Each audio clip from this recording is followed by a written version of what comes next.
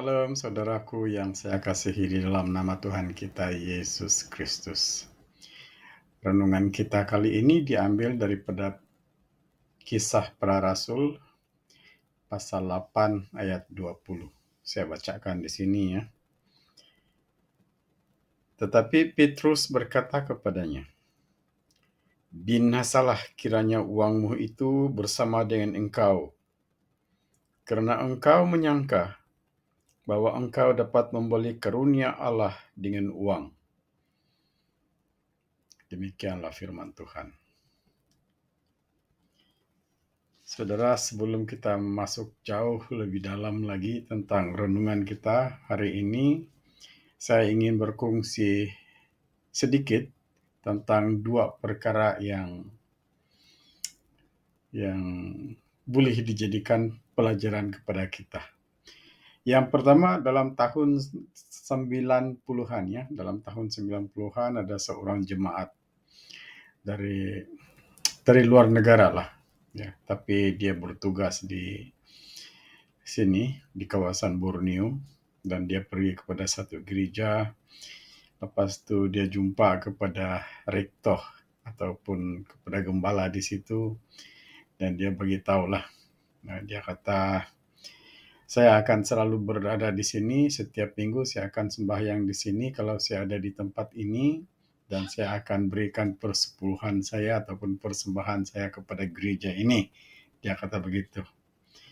Dan selepas itu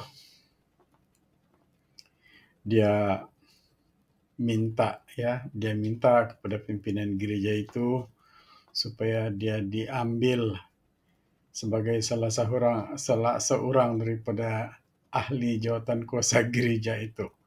Ya, ini bukan sesuatu yang dirika-rika, tapi cerita benar. Kemudian ada lagi satu jemaat, ya. Orang ini kira kaya juga, ya. Kita tidak tahu apa bisnis dia. Tapi dia pergi kepada satu gereja, dan gereja itu memang baru dibangun. Kemudian dia menyumbang sejumlah uang yang besar lah, ya. Dia menyumbang sejumlah uang yang besar. Selepas itu, apabila gereja itu sudah siap, dia minta kepada pimpinan gereja supaya dia diizinkan untuk berkhotbah di tempat itu, ya. Jadi kalau kita lihat ya daripada petikan ini, cerita pada keseluruhannya itu, kita dapat melihat ya, yaitu dalam kisah para rasul pasal 8 ayat 4 sampai 21 itu kita dapat melihat seorang ahli sihir, seorang dukun. Dia memang dikenali di tanah Samaria sebagai ahli sihir yang hebat, sampai ada orang mengatakan, ini ada kuasa Allah, kuasa Yahweh bekerja sama dia. Dia kata, tapi apabila Filipus berada di sana dan menyembuhkan, mendapat pekerjaan yang sangat hebat daripada Yahweh itu sendiri, Roh Kudus bersama dia, dan mujizat berlaku kepada dia, dia merasa heran. Dia merasa heran. Dan apabila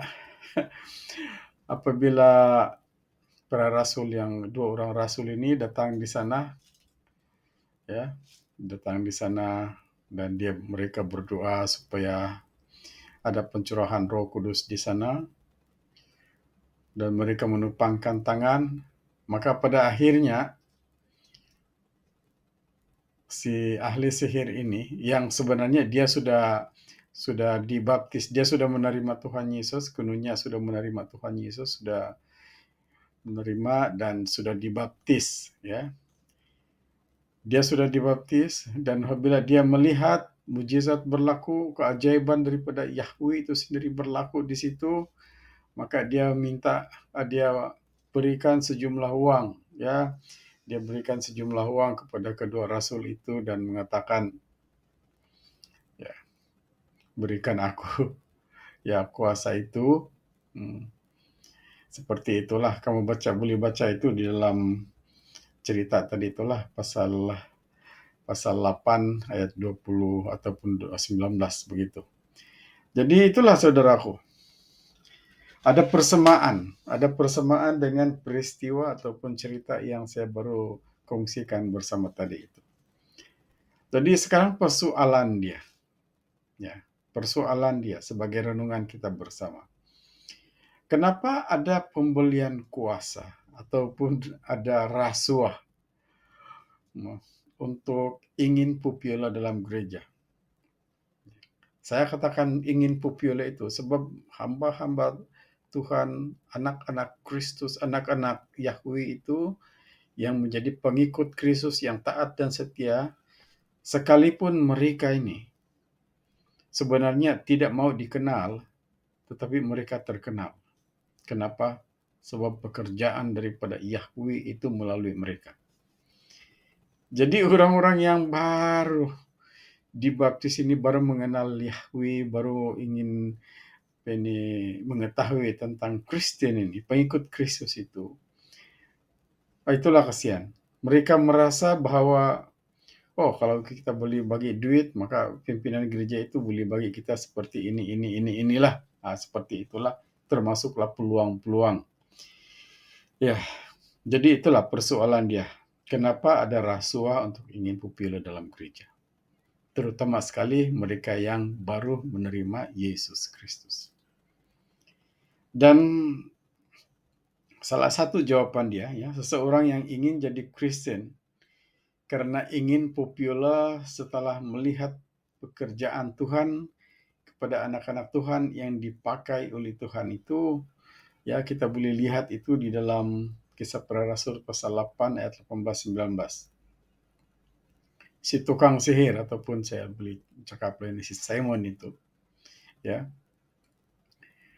dia menyangka bahwa kuasa daripada Yahweh itu boleh dibeli daripada orang yang diberikan kuasa. Begitu. Dia seperti sihir, Kau bagi dia duit, kemudian dia turunkan mantra dia itu kepada orang itu dan orang itu akan baca mantra itu dan dia pun dapat kuasa daripada iblis. Seperti itu. Jadi si Simon ini dia terfikir seperti itu. Sebab itu dia mau bagi duit kepada dua rasul ini, Tetapi apa kata Petrus, Apa kata Petrus? Dalam pembacaan tadi itu coba kita lihat sekali lagi, Kita lihat sekali lagi.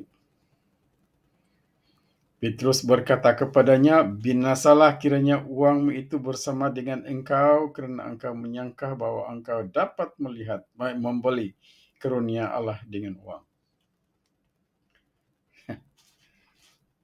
Memang tidak boleh. Tetapi kenapa boleh begitu? Ada persepsi seperti itu. Sekali lagi kita inilah seseorang yang ingin jadi Kristen karena ingin populer setelah melihat. Ramai orang Kristen, kita perlu mengakui ini. Ramai orang Kristen, dia bertobat dan menerima Yesus bukan kerana pekerjaan Roh Kudus. Bukan kerana dia benar-benar menerima Tuhan Yesus itu. Tetapi dia melihat kehebatan di dalam suatu ibadah itu. Apalagi kalau KKR, kebangunan rohani itu, dia melihat ada sesuatu yang terjadi di situ yang menarik perhatian dia dan dia mulai percaya. Tetapi dia tidak isi jiwanya itu, hidupnya itu dengan firman Tuhan. Maka akhirnya jadilah seperti itu.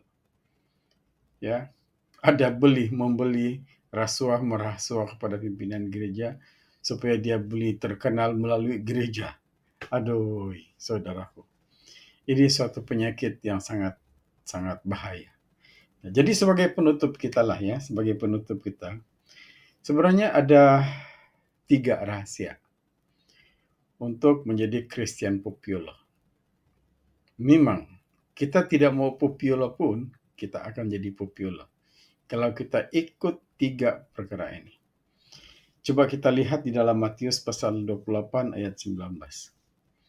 Di situ mengatakan, jadikanlah semua bangsa muridku, dan baptislah mereka dalam nama Bapa dan Anak dan Roh Kudus.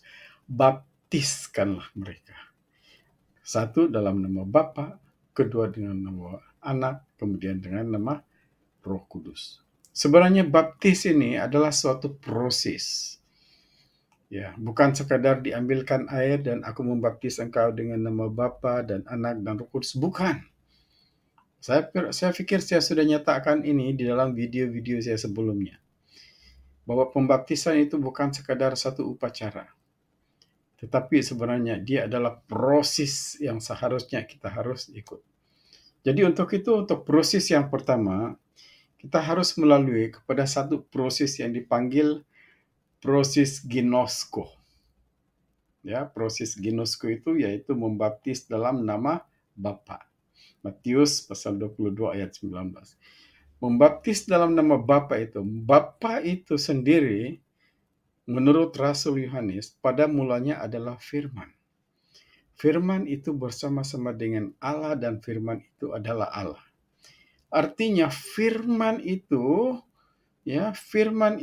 yang dalam kumpulan buku-buku itu yang sudah dinyatakan oleh Yahweh itu kepada kita, itu memang asalnya daripada Yahweh itu sendiri. Dan kita harus belajar dan memahami.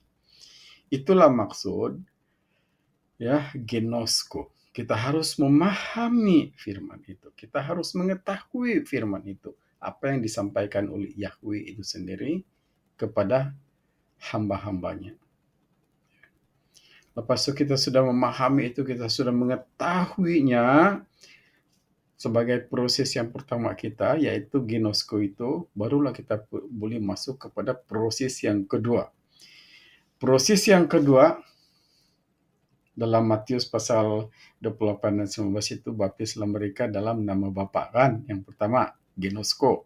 Kemudian yang kedua itu, yaitu dalam nama Anak, yaitu kenosis. Yesus kata, jadikanlah semua bangsa muridku. Kenosis itu artinya mengusungkan diri. Ya, mengusungkan diri. Seperti Yesus. Dia mengusungkan seluruh akal budi dan pemikirannya dan membiarkan firman itu menguasai dia melalui apa? Pimpinan Roh Kudus. Melalui pimpinan Roh Kudus. Jadi, itulah proses kenosis ini kita harus lihat dan kita harus melaluinya. Kita boleh lihat di dalam Filipi pasal 2 ayat 7 itu. Ya. Bagaimana proses kenosis itu terjadi. Yesus sendiri menyangkal keinginan-keinginan dirinya, keinginan-keinginan duniawinya, keinginan-keinginan jasmaninya, kalau itu bertentangan sekali dengan firman Tuhan. Itu, saudaraku. Jadi itulah. Yang ketiganya, tapi sebelum kita masuk kepada yang ketiga itu, saya masuk kembali kepada yang kedua itu, sebab proses kenosis ini ada beberapa proses dia juga sebenarnya. Satu, memang mentaati firman Tuhan. Ya, keduanya adalah merendahkan diri kepada Yahweh itu sendiri. Kalau kita ini merendahkan diri sepenuhnya kepada firman, kepada Yahweh itu sendiri, sudah pasti kita akan mentaati firman-Nya. Dan dalam cara mentaati firman Yahweh itu sendiri, logos itu sendiri, kita akan merendahkan diri kepada Yahweh dan kita mengusungkan seluruh akal budi pemikiran kita itu, kita menyangkal apa yang kita mau kalau tidak sesuai dengan kehendak firman Tuhan, dan kita menuruti, mentaati sepenuhnya firman Tuhan itu. Ya. Artinya kita ada penyangkalan diri. Kalau kita ingin begini, tapi firman Tuhan kata begini, maka kita akan ikut firman Tuhan.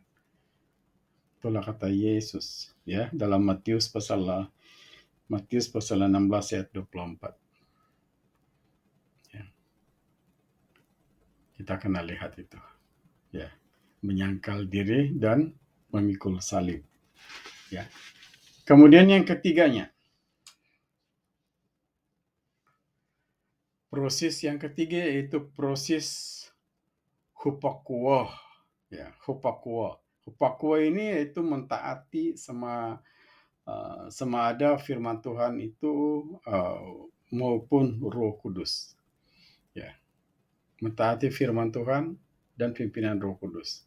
Coba kita lihat di dalam Filipi pasal 2 ayat 8. Saudara, kita sudah memahami firman Tuhan itu dan mempraktikannya di dalam diri kita. Mula kita pergi ke Ginosko, kan? Nah, Ginosko, lepas itu kita pergi kenosis. Kenosis itu yang mengusungkan pemikiran kita. Ya, dan mentaati sepenuhnya firman Tuhan itu. Jadi apabila kita mentaati sepenuhnya firman Tuhan itu, kita akan menghadapi banyak sekali cabaran cobaan. Kalau kita mentaati firman itu sesuai dengan kekuatan kita, saudara, kita tidak akan dapat kemenangan. Jadi apa harus kita buat? Mesti ada pimpinan Roh Kudus. Mesti ada pimpinan Roh Kudus. Jadi dengan cara itu kita kena belajar punya hubungan yang baik dengan Roh Kudus, ya. Kita harus mempunyai hubungan yang baik dengan Roh Kudus. Dengan cara bagaimana? Sistem doa yang teratur. Kita harus berdoa sekian jam begini, jam begini, jam begini, jam begini. Dan kita memuji, menyembah Yahweh itu. Kalau kita terus memuji, menyembah Yahweh itu dengan sendirinya, sebab roh dan jiwa kita ini berasal daripada Yahweh itu kan, maka pada akhirnya nanti kita akan kenal. Kita akan rasa bagaimana kehadiran Roh Kudus itu di dalam penyembahan kita. Dan apabila kita sudah selalu begitu, kita akan biasa merasakan kehadiran Roh Kudus. Dan apabila ada sesuatu yang terjadi, maka Roh Kudus itu akan menolong kita pula. Bukan sesuatu yang mustahil, bukan sesuatu yang sukar.